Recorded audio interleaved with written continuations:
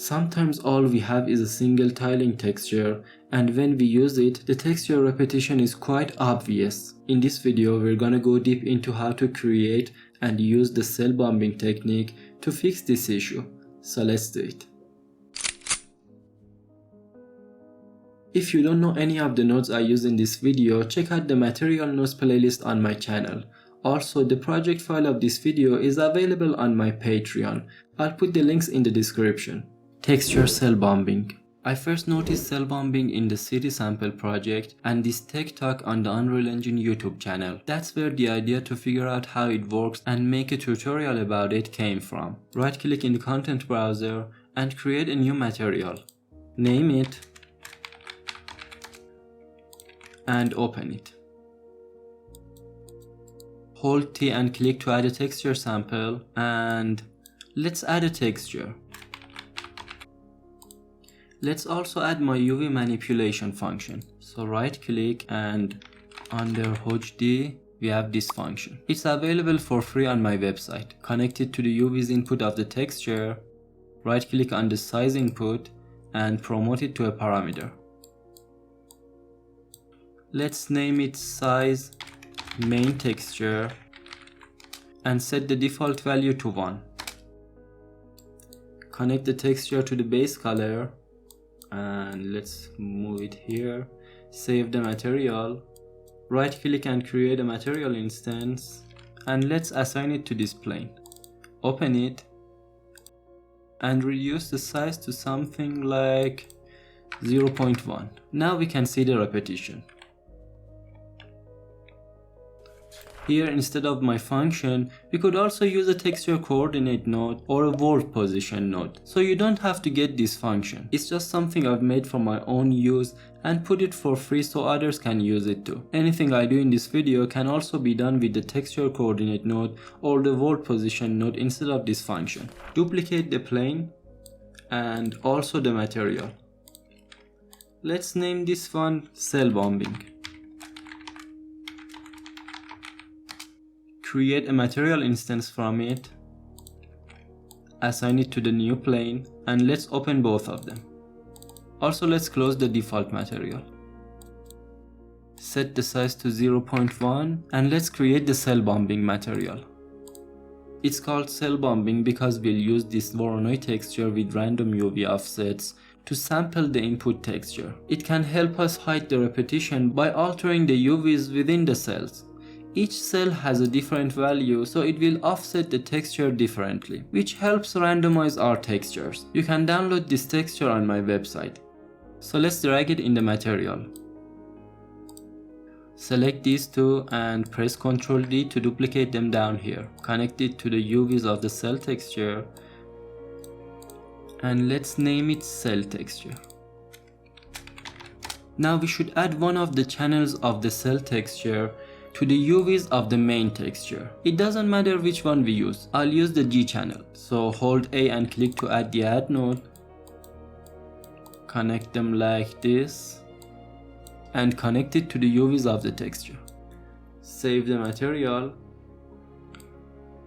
and the repetition is gone. We have an issue though. If I zoom in, we can see the borders of the Voronoi texture. We can fix that by using the alpha channel of the texture. So let's get back in the material. Move this to make some room.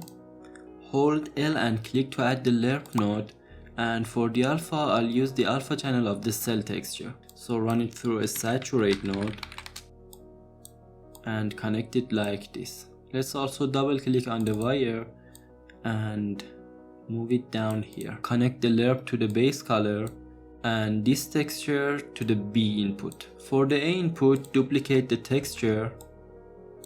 Connect the UV manipulation function to the UV's input and connect it to the A input. So now in the black areas of the alpha, we'll use the texture with the normal UVs, and in the white areas, we'll use the texture with cell bombing. That's how lerp works. Save the material. And now the border issue is gone.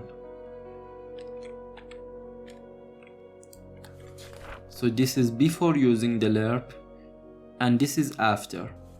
Now the repetition is completely gone, and you can already use this technique to remove the repetition from your materials. If you're familiar with my channel though, you know that I love having more control. In the next section, we'll add some extra parameters to further control this effect. But before getting to that, make sure to like this video and subscribe to the channel. Also join our communities on Telegram, Discord and Facebook. And if you're interested in downloading the project file of the videos, accessing more assets, and in a way supporting the channel, check out my Patreon. The links are in the description. Random scale. Let's start with adding random scale. First, let's move these nodes to make some room. Hold L and click to add the lerp node. For the scale, let's use the red channel of the cell texture. So connect it like this. Now we should add two parameters to control the minimum and the maximum scale. Hold S and click to add two parameters. Name them.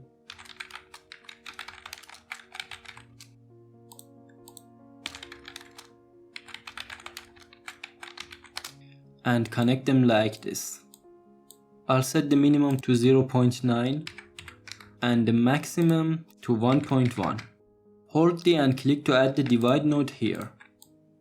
We should divide the output of the UV control, or in your case the texture coordinate node or the world position node, by this random scale setup we added here. So connect this to the A input and this to the B input, and connect the divide node to the add node. Just like this. Save the material and let's check if it's working. We have these parameters here, let's enable them, and now we can see that it's working and we have a random scale in each cell.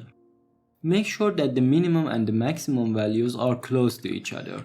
If for example the minimum is set to 0.2 and the maximum is set to a high value like 3, it looks weird and not right. So keep that in mind. I'll set the maximum to 1.5 and the minimum to 1. Random offset. Now let's add a parameter to control the random offset. Here before the add node, hold M and click to add the multiply node. Hold S and click to add a parameter, and let's name it random offset strength. Set the default value to 1. Connect the parameter to the B input and the G channel of the cell texture to the A input. Now connect the multiply node to the add node like this. Save the material to check it in the level.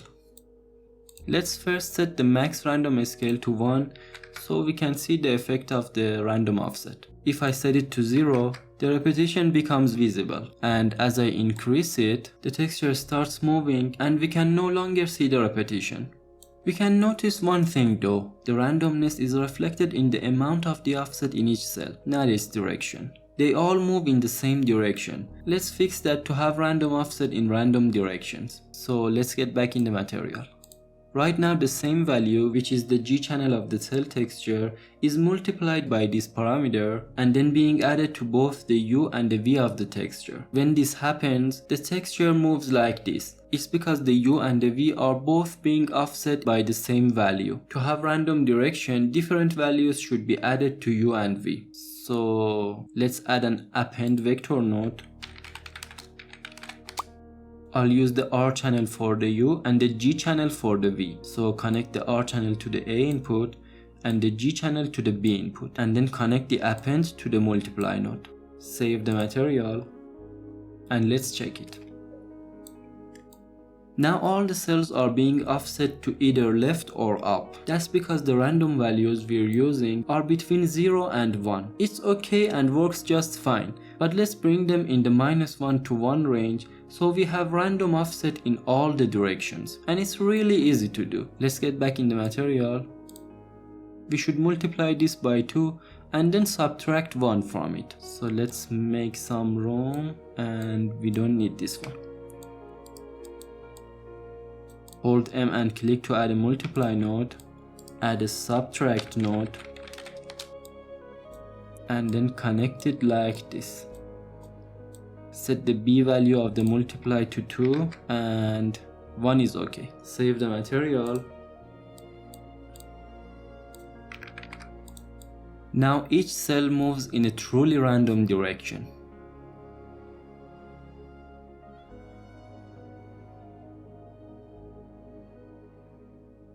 Random rotation.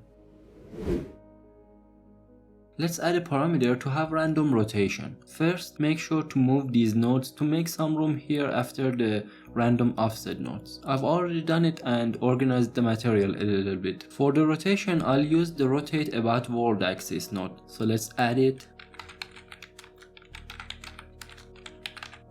This is the node we want.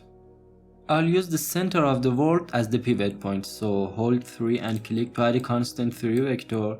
Make sure all the values are set to 0 and connect it like this. For the world position input, I'll use the output of the add node here, but it's a constant 2 vector and world position accepts a constant 3. So we first need to append it with a constant to make it a constant 3 vector. Right click and add an append node. Connect the add to the A input, and for the B input, hold 1 on the keyboard and click to add a constant. Connect it like this. Now we have a constant 3 vector. Connect it to the world position input like this. Rotation amount is between 0 and 1. It means that if we set it to 0, there's no rotation, and if we set it to 1, we'll have a full rotation. So hold S and click to add a parameter. Let's name it rotation, and the default value of 0 is fine. Now if I connect it to the rotation amount input, we'll have uniform rotation. So to add randomness to it, we should first multiply it by one of the channels of the cell texture. Hold M and click to add a multiply node and connect the parameter to the A input. We can use any of the channels we want. I'll use the B channel for the rotation. So let's connect it like this and connect the multiply to the rotation amount input. Now as I said, the rotation is between 0 and 1. We can divide it by 360 to bring it in the 0 to 360 degrees range. It's optional, but I'm gonna do it. So hold D and click to add a divide node, connect the rotation to the A input and set the B input to 360, and then connect the divide to the multiply node like this. Let's also add a parameter to control the randomness amount. So hold L and click to add a lerp node. Connect the B channel of the cell texture to the B input. And let's set the A to 1. Hold S and click to add a parameter and name it rotation randomness amount. Run it through a saturate and connect it to the alpha like this. Let's also set the default value to 1.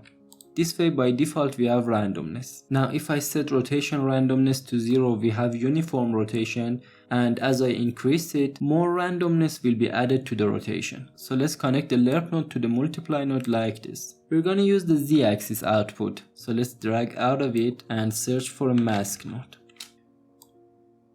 The output of this node is a constant 3 vector, so we should mask the R and the G channels to use with the UVs. Connect the mask to the UVs input of the texture and save the material.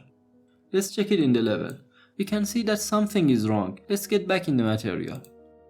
So here when the rotation is set to 0, the output we're sending through the rotate about world axis node is 0. So we're sending 0 to the UVs of the texture. That's why the UVs are gone. To prevent this from happening, after masking the R and the G channels, we should add it to the UV prior to the rotation, the add node here. This makes sure what we feed the texture isn't 0. So hold A and click to add the add node, connect the mask and this add node like this, and connect the add node to the UV's input like this. Save the material and the issue is gone.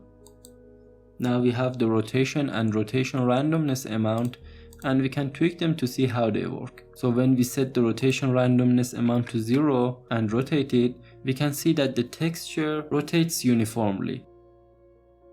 And when I set the rotation randomness to 1, we have random rotation. Fixing the normal rotation.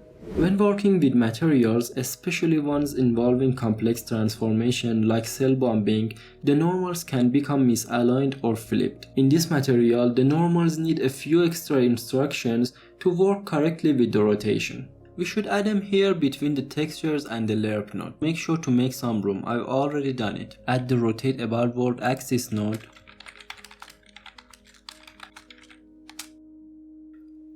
For the pivot, hold 3 and click to add a constant 3 and connect it like this. For the rotation amount, I'm gonna use the rotation amount we specified here. We should just multiply it by -1. So let's hold M and click to add a multiply node. Connect the multiply node like this and set the B value to -1. And then connect it to the rotation amount input. For the world position input, we should use the texture. So drag out of the RGB and connect it like this. And then we should add it with the texture. So hold A and click to add the add node. Connect them like this. Now here we should add a switch to control whether the texture is a normal texture or not. So add a static switch node. For the value, add a static bool parameter. And let's name it is normal texture.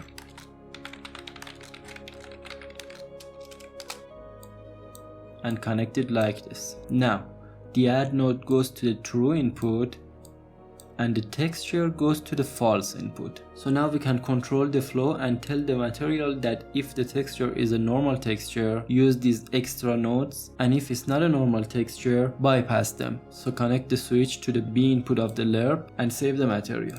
This rotation is necessary to make sure the shading and the lighting look correct when applied to a surface. Material function. So let's compact all these nodes in a material function we can then use in any material we want. Right click in the content browser and under material, create a material function. I'm gonna name it mf_ cell bombing. Save it and open it. In the material, select all these nodes, press Ctrl C to copy them, and in the material function, press Ctrl V to paste them. First of all, let's connect the lerp node to the output like this. Now we should add some inputs for the function. Let's start with the texture. I want to have one input to control both these textures. So right click and search for function input. And let's click here to make it smaller. In the details, change the name to texture, the input type to texture 2D, and enable use preview value as default. Connect it to the text input on both the texture samples. And now it outputs an error saying we should connect something to the preview input. Right click and search for texture object. I'm gonna use the default texture, so connect it to the preview input and the error goes away. Now we should add a function input for all the parameters we have. Let's start from here, the main texture UV. Add a function input, name it texture size, set the input type to a scalar, enable use preview value, change the sort priority to 2, and connect it to the size input. Right click on the parameter, convert it to a constant, and let's use it as the preview. Select these, press Ctrl D to duplicate them here. Let's name it cell texture size. Set the priority to 3 and connect it to the size input here. And delete this one, we don't need it anymore. Now we should do the same for the random scale, random offset, and the random rotation parameters.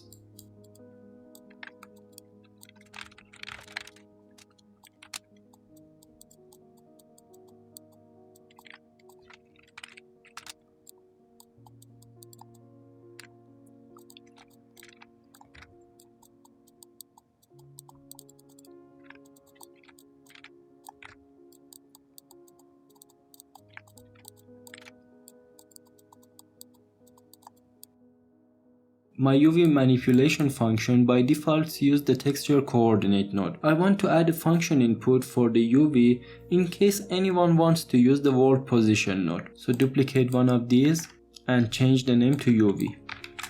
Set the priority to 1 and the input type to vector 2. Hold U and click to add a texture coordinate node.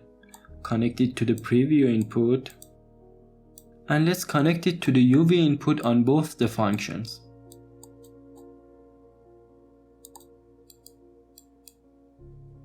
The last function input will be to control whether we have a normal texture or not. So add a function input here.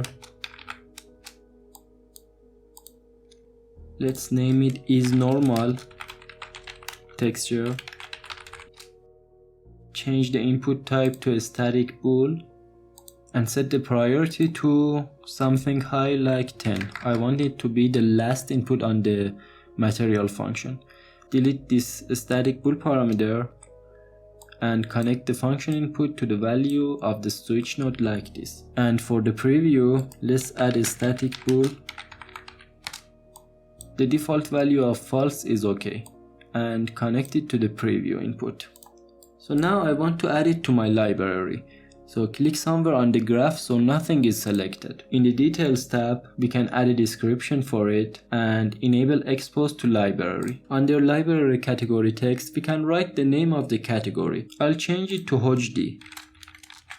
You can add it to any category you want. Save the function and it's done. Now we can use it in our materials. So let's go to the material and here we can either drag it in the material or right click and under HD, here's the cell bombing function. You can also search for it. It's a good idea to organize the material function because right now it is a mess. We can do it using named reroutes and comments.